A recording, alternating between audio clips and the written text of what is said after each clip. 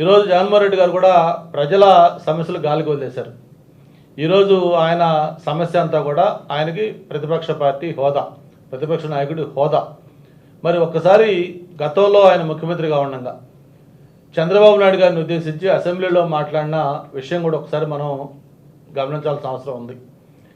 చంద్రబాబు నాయుడు గారు అంటే ఏదో జగన్మోహన్ రెడ్డి గారి సమకాలికుడు కాదు, ఈ దేశంలోనే ఒక సీనియర్ మోస్ట్ రాజకీయ నాయకుడు, దేశంలోనే సీనియర్ మోస్ట్ రాజకీయ నాయకుడు.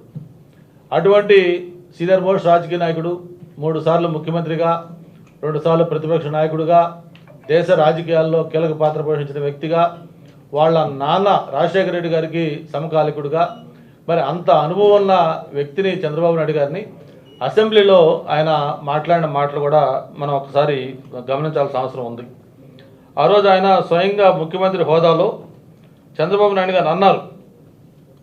చంద్రబాబు నాయుడు అని డైరెక్ట్గా ఆయన ఏకవచనంతో సంబోధిస్తూ ఆ రోజు ఆయన చెప్పిన మాటలు కూడా ఒకసారి మనం వినాల్సిన అవసరం ఉంది. నేను కన్ను సైగ చేస్తే నీ దగ్గరున్న 23 మంది ఎమ్మెల్యేలో కొంతమంది ఇటు వచ్చారంటే నీకు ప్రతిపక్ష హోదా కూడా ఉండదు, తెలుసుకో చంద్రబాబు, తెలుసుకో చంద్రబాబు, తెలుసుకో చంద్రబాబు అని చెప్పని ఆయన ఆ రోజు అసెంబ్లీలో చెప్పడం జరిగింది. అంటే ఒక ముఖ్యమంత్రిగా అసెంబ్లీలో ఆన్ రికార్డ్ ఆయన మాట్లాడిన మాటలు ఏంటంటే, ఏదైతే 23 మంది ఎమ్మెల్యేలలో ఉండబట్టి నీకు ప్రతిపక్ష నాయకుడు హోదా వచ్చింది, అందులో కానీ ఒక 4 ఎమ్మెల్యేలు తగ్గితే అంటే 18 కంటే తగ్గిందంటే నీకు ప్రతిపక్ష హోదా ఉండదు అని చెప్పి ఒక ముఖ్యమంత్రిగా అసెంబ్లీలో మాట్లాడిన పెద్ద మనిషి ఈరోజు సిగ్గు లేకుండా 11 సీట్లు వచ్చినప్పుడు అన్నీ మూసుకొని ఆయన అసెంబ్లీలో వచ్చి కూర్చోవాల్సింది మామూలుగా అయితే, అలా కాకుండా నాకు ప్రతిపక్ష హోదా ఇస్తేనే వస్తానని చెప్పని ఏ విధంగా మాట్లాడుతారో, అతనికి నైతిక హక్కు ఎక్కడ ఉందో ఒకసారి గమనించాల్సిన అవసరం ఉంది. మరి అటువంటి చంద్రబాబు నాయుడు గారిని అన్న వ్యక్తి ఈరోజు ఆయన ఎలా అడుగుతాడు ఒక్కసారి మనం ఆయన మాట కూడా ఒకసారి ఇద్దాం. జస్ట్ మీకు వినిపించడం కోసం కూడా ఇది పెట్టడం జరిగింది. జగన్మోహన్ రెడ్డి అనే వ్యక్తి ముఖ్యమంత్రిగా ఇటువైపున ఉన్నాడు, మంచి స్పీకర్గా మీరు అటువైపున మిమ్మల్ని దేవుడు దయతో నేను కూర్చోబెట్టగలిగాను.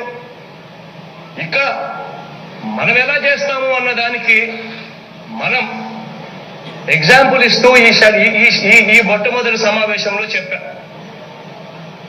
23 మంది శాసనసభ్యులు ఉన్న అదే చంద్రబాబు నాయుడు గారి ప్రతిపక్ష హోదా స్టేటస్ కూడా వచ్చి ఉండేది కాదు, అలా ఉండేవాడు కూడా కాదు. అవునయ్యా, నీకు తెలియకపోతే తెలుసుకో. వాస్తవాన్ని నేను కన్నా డోర్ తెరిస్తే నోట్లో నుంచి మాట చెప్పడం లేదు, ఎంతమంది టచ్లో ఉండాలని చెప్పి సంతోషపడండి. అంటే ఒక మనిషి ఓసరవెల్లాగా ఎలా రంగులు మారుస్తారు, ఎలా అభిప్రాయాలు మారుస్తారో ఒక ముఖ్యమంత్రి హోదాలో ఉండి స్వయంగా ఆయన ఆ రోజు 23 మంది శాసనసభ్యులు ఉండి ఒక ప్రతిపక్ష హోదా ఉంటే మేము కొంతమంది ఎమ్మెల్యేలను తీసుకుంటే నీకు ప్రతిపక్ష హోదా కూడా ఉండదు అని చెప్పి అన్న వ్యక్తి ఈరోజు తగుదలమ్మా అని చెప్పని 11 మంది ఎమ్మెల్యేలు ఉంటే ఈరోజు దాని మీద ఆయన మాట్లాడటం ఎంత దెయ్యాల వేదాలు వలిచినట్టు అని చెప్పని తెలియజేసుకుంటూ